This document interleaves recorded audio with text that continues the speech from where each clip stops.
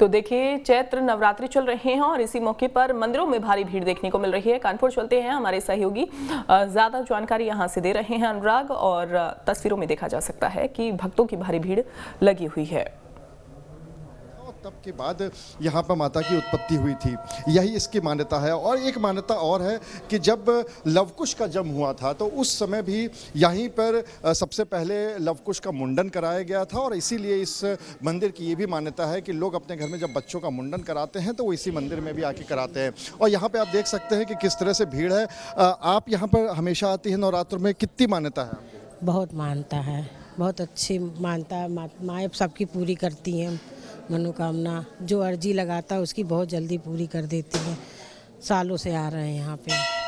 तो यहाँ पे सालों से आ रही हैं, आप भी बहुत समय से आ रही हैं, कितनी मानता? आप इधर हो जाइए थोड़ा सा जी, बताइए। मैं हमेशा से आ रही हूँ यहाँ पर। जब यहाँ की मान्यता है, आप एक बार माता के दरबार में जो भी मांगेंगे आपकी मन्नत हमेशा पूरी होगी, कभी खाली नहीं रह सकती झोली आपकी, हमेशा बढ़ती माता। जय माता, जय माता। यहाँ पर अखंड ज्योत भी जलाई जाती है और उसको लेके कहा जाता है कि सारी मान्यता पूरी हो जाती है। अखंड ज्योत सारी मान्यता पूरी होती है यहाँ पर, और सारी पूरी होती है, सभी पूरी हो जाती हैं। हाँ, बिल्कुल जलाते हैं हम लोग।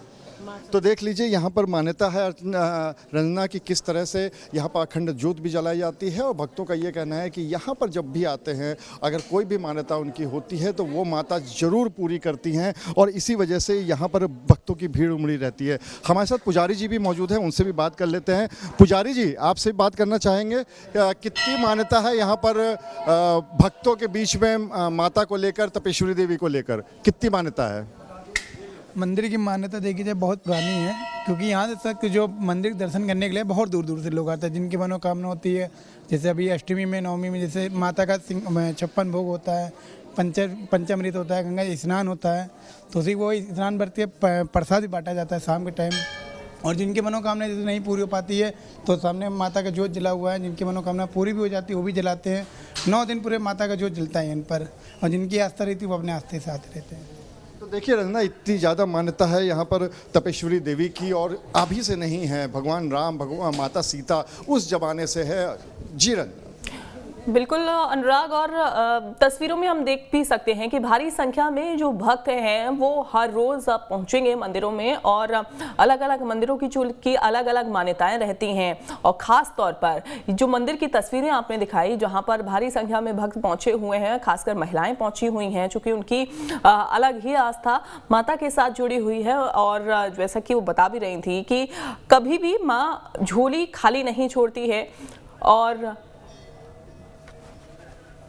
गोरखपुर से दीपक हमारे साथ जुड़ गए हैं। दीपक, क्या जानकारी दे रहे हैं वो देख लेते हैं। मंदिर में लोगों के आने का और पूजा अर्चना करने का सिलसिला लगातार जारी रहता है। माँ काली का मंदिर है, बताया जाता है कि सैकड़ों वर्ष पुराना मंदिर है। स्वयंभू देवी यहाँ पे प्रकट हुई हैं, पिंडी स्वरूप में हैं, और इस मंदिर में पूजा अर्चना के लिए सिर्फ गोरखपुर नहीं, आसपास के तमाम जिलों से लोग आते हैं, पूर्वांचल के अलग अलग जिलों से लोग आते हैं, बिहार और नेपाल से लोग आते हैं, क्योंकि गोलघर के बीच में है, शहर के बीचों बीच में होने की वजह से हर कोई जो अपने किसी भी काम से आता है इस दरबार में जरूर शीश झुकाता, क्योंकि माँ काली के इस दरबार में कोई भी अगर आया है अपनी मनोकामना को लेकर के, उसकी समस्त मनोकामनाएं माँ पूरी करती हैं। और यही कारण है कि पूरे साल, चाहे चैत्र नवरात्र की बात करें या फिर बसंती नवरात्र के साथ साथ शारदीय नवरात्र की बात करें, हमेशा आपको यहाँ पर श्रद्धालुओं की भीड़ नजर आएगी।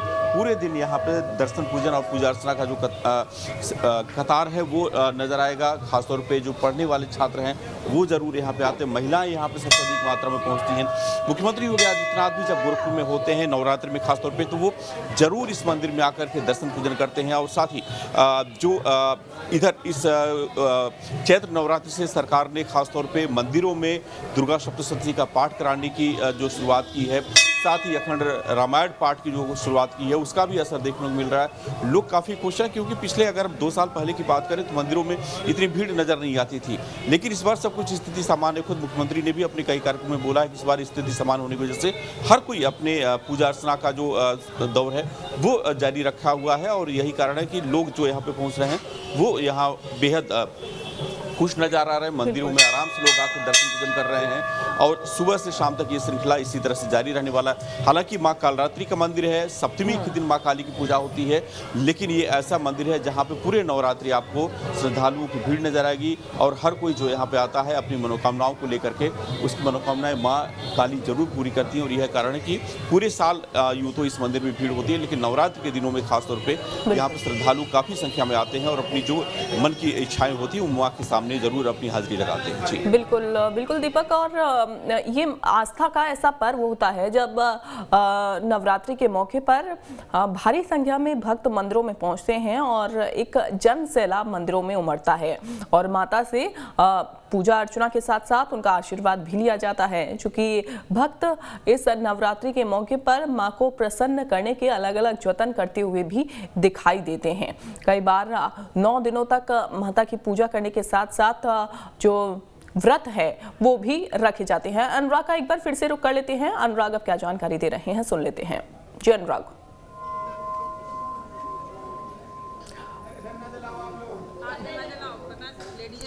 बिल्कुल, हम लोग इस समय कानपुर के तपेश्वरी देवी मंदिर में हैं और यहाँ की जो मान्यता है वो बहुत ज़्यादा है, क्योंकि एक समय ये कहा जाता था कि यहाँ पर गंगा बहती थी, घना जंगल था। हालांकि इस समय ये मंदिर शहर के बिल्कुल बीचों बीच में है, लेकिन उस समय घना जंगल हुआ करता था। और सबसे बड़ी बात यह है, ऐसी भी मान्यता है कि जब भगवान राम ने माता सीता को घर से निकाला था, जब निकाला दिया था, तो उस समय माता सीता यहीं पर सबसे पहले आई थी और यहीं पर आके उन्होंने घने जंगल में तप किया था और उस तप की वजह से ये तपेश्वरी देवी मंदिर इसीलिए नाम पड़ा है। इसके साथ ही साथ ये भी मान्यता है कि जो यहाँ पर लवकुश का जन्म हुआ था, तो लवकुश के जन्म के बाद जो सबसे पहले उनका मुंडन हुआ था लवकुश का, वो भी यहीं पे हुआ था। और इसीलिए ये मान्यता भी है कि यहाँ पर जितने भी भक्त आते हैं वो अगर उनके घर में बच्चे होते हैं और अगर उनका मुंडन कराना होता है तो वो भी यहाँ पर आकर मुंडन कराते हैं। यहाँ पे बहुत सारे भक्त हमारे साथ मौजूद हैं, उनसे बात कर लेते हैं। सबसे पहले हम इधर बात करते हैं। यहाँ पर कितनी मान्यता है आपको मंदिर को लेकर? बहुत ज़्यादा मान्यता है यहाँ, बहुत ज़्यादा। मतलब यहाँ तो दर्शन करने लोग आते ही आते हैं। बहुत साल पुराना है ये मंदिर। आप भी कई सालों से आ रही हैं? हाँ, मैं तो यहीं रहती थी, अब बाहर दूर रहती हूँ, लेकिन यहीं है। हम लोग रोज़ आते हैं दर्शन करने। अब बाहर जो भक्त चले जाते हैं वो भी यहाँ पर ज़रूर से आते हैं और यहाँ पर और भी भक्त हमारे साथ हैं, उनसे भी बात करने की कोशिश करते हैं, उनसे जानते हैं कि आपसे जानना चाहेंगे कि कितनी मान्यता है आपको इस मंदिर को लेकर, कब से आ रही है? हम 4-5 साल हो गए यहाँ आते आते, और माता ने मतलब जो मांगा वो माँ ने हमको दिया है। और माँ मेरी हर रूप में माता मेरी रक्षा करती है हमको, और माता की बहुत बड़ी यहाँ कृपा है। सभी लोग यहाँ पर आते दर्शन करते हैं और मान्यता करते हैं, सबकी पूरी होती है यहाँ से। यहाँ पर और भी भक्त हैं, उनसे बात कर लेते हैं। यहाँ पे माता सबकी जो मांग है, जो इच्छा है, वो सब पूरी करती है? सब पूरी करती है माँ, बहुत पूरी करती हैं। और सब बहुत दूर दूर से लोग आते हैं, हमें इनकी मानता बहुत है और हमारी तपेश्वरी मैया सबकी रक्षा करते हैं। तपेश्वरी मैया सबकी रक्षा करें, यही यहाँ पे भक्तों का कहना है। और ये भी है कि उनकी जो मान्यता है वो भी सब यहाँ पर पूरी होती है। जी बिल्कुल बिल्कुल अनुराग, और भक्तों की ये आस्था ही रहती है कि नवरात्रि के मौके पर खासतौर पर जो भक्त मंदिरों में पहुंचते हैं, पूजा अर्चना करते हैं। और कई बार हमने देखा भी है कि नवरात्रि एक ऐसा महापर्व होता है जिसमें भक्त अलग अलग जतन करते हुए भी दिखाई देते हैं और माता को खुश करने के लिए हर वो काम करते हैं जिससे माता खुश हो जाए और उनकी झोली भर दे। और माता ऐसा करती भी हैं। माँ दुर्गा लोगों की झोली भी भरती हुई दिखाई देती हैं।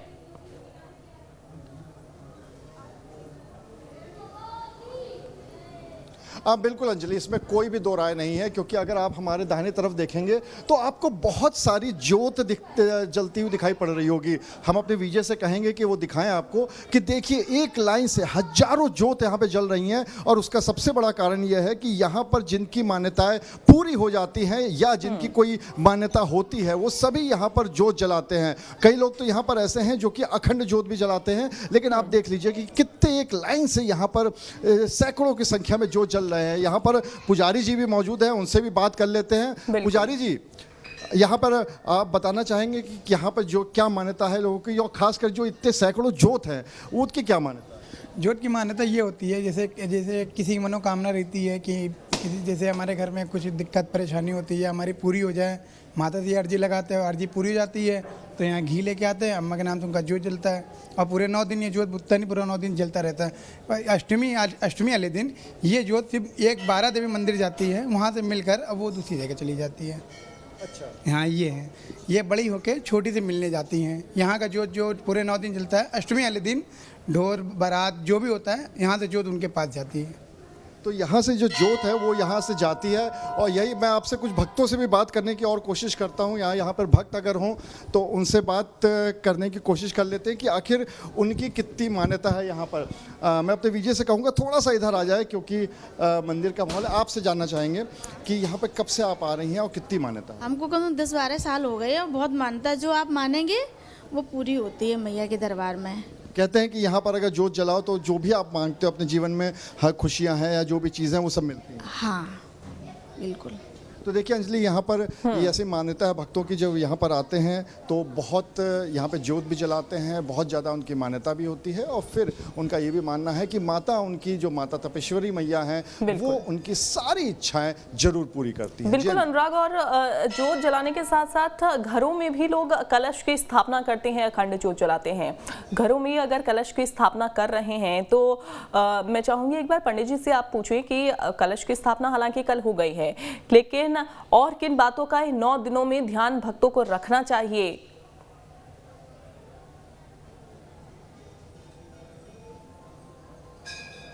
देखिए अंजलि, जैसा कि कहा जाता है कि घरों में कलश की स्थापना तो होती ही होती है, और वो भी अपनी सारी मान्यताओं के साथ लोग करते हैं। अपनी कोई इच्छा होती है वो अपनी माता के सामने रखते हैं और उनसे ये कहते हैं कि 9 दिनों में उनकी इच्छा जरूर पूरी हो जाए। इसके साथ जो आपने कलश के अलावा बात करी कि और क्या क्या चीज़ें होती हैं, तो कलश के अलावा बहुत सी ऐसी चीज़ें होती हैं, जैसे बहुत से लोग इस 9 दिनों में जैसे बाल नहीं कटवाते हैं, या और भी ऐसी चीज़ें होती हैं जिससे कि वो परहेज़ करते हैं। जैसे कुछ लोग ऐसे होते हैं जो नॉनवेज के शौकीन होते हैं, तो वो पूरे 9 दिन इन नॉनवेज से दूर रहते हैं। और इसके साथ ही साथ पंडित जी से भी पूछ लेंगे, इन 9 दिन में ऐसी कौन सी चीज़ें होती हैं जो भक्त लोग करते हैं? जैसे कलश की स्थापना तो होती है, इसके साथ साथ कौन कौन से परहेज होते हैं, क्योंकि 9 दिन काफ़ी मान्यता है। 9 दिन से परहेज मान लिया जाए, जैसे शुद्ध होना है, जैसे गंगा जी सुबह सुबह जैसे नहाया जाता है।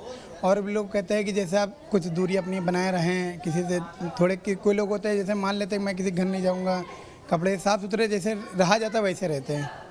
और कई बार ऐसा होता है खान पान का भी बहुत ज़्यादा परहेज रखा जाता है। जैसे जिन लोगों ने व्रत रखा हुआ है तो नमक नहीं खाना है या अन्न नहीं खाना है। खान पीन की बात करा जाए तो जैसे सुबह के दिन हुआ, उन्होंने अम्मा के पास भोग लगाने के बाद, चाय का भोग लगाने के बाद, शाम के दिन ऐसा होता है जो एक टाइम नमक खाया जाता है। जो आलू जैसे आलू हुआ, आटा हुआ उनका, तो उस हिसाब से भोग करते, एक टाइम उनको खाया जाता है बस, उससे ज़्यादा नहीं खा सकते। तो इस तरह की बिल्कुल अनुराग, और एक और सवाल पूछेगा पंडित जी से, चूंकि कल शैलपुत्री की पूजा की गई थी और आज मां ब्रह्मचारिणी की पूजा की जा रही है, तो आज मां ब्रह्मचारिणी को खुश करने के लिए भक्त क्या कर सकते हैं? कैसे खास तौर पर माता को प्रसन्न किया जा सकता है, चूंकि मां ब्रह्मचारिणी की आज पूरे देश भर में भक्त पूजा अर्चना कर रहे हैं?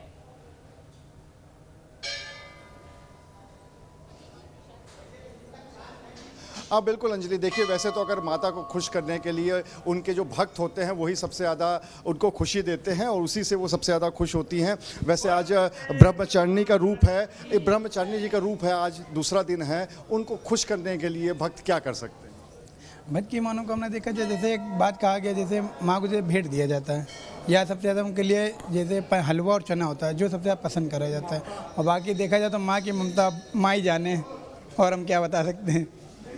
हलवा और चना उनको पसंद है, लेकिन इसके साथ ही साथ ये पुजारी जी ने बिल्कुल सही कहा कि ये तो माँ की ममता है, और जो अपने भक्त के लिए हमेशा मौजूद रहती हैं, हमेशा भक्तों को खुशियाँ देती हैं, और यही उनके लिए सबसे बड़ी खुशी होती है। क्योंकि किसी भी माँ के लिए उनके जो बच्चे हैं वो अगर खुश रहें तो माँ सबसे ज़्यादा खुश हो जाती है। और यही कारण है कि जहाँ पर भक्त जब पूजा अर्चना करते हैं, जब उनके सामने दंडवत होते हैं, उनके लिए अपने फूल अर्पण करते हैं, अपनी खुशियाँ अर्पण करते हैं, तो उसके बाद फिर माता खुद ही खुश हो जाती है। जी अंजलि। बिल्कुल सही कहा आपने। और तमाम ऐसी महिलाएं होती हैं कि जिनकी संतान नहीं होती है, लेकिन नवरात्र का ऐसा महापर्व होता है अनुराग कि अगर भक्त मंदिरों में पहुंचते हैं, 9 दिनों तक उपवास करते हैं, व्रत रखते हैं, माता को खुश करते हैं, तो कई बार उनकी झोलियां भी मां भरती हुई दिखाई देती हैं।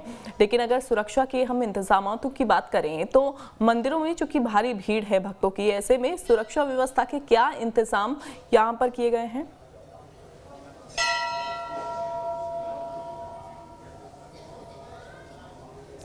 देखिए अंजलि, अगर हम तपेश्वरी देवी की सुरक्षा व्यवस्था की बात करें तो यहाँ पर बहुत ही चौक चौबंद व्यवस्था है और इसीलिए आप देख सकते हैं कि कोई भी भाग दौड़ का या हड़बड़ी का माहौल यहाँ पर नहीं है।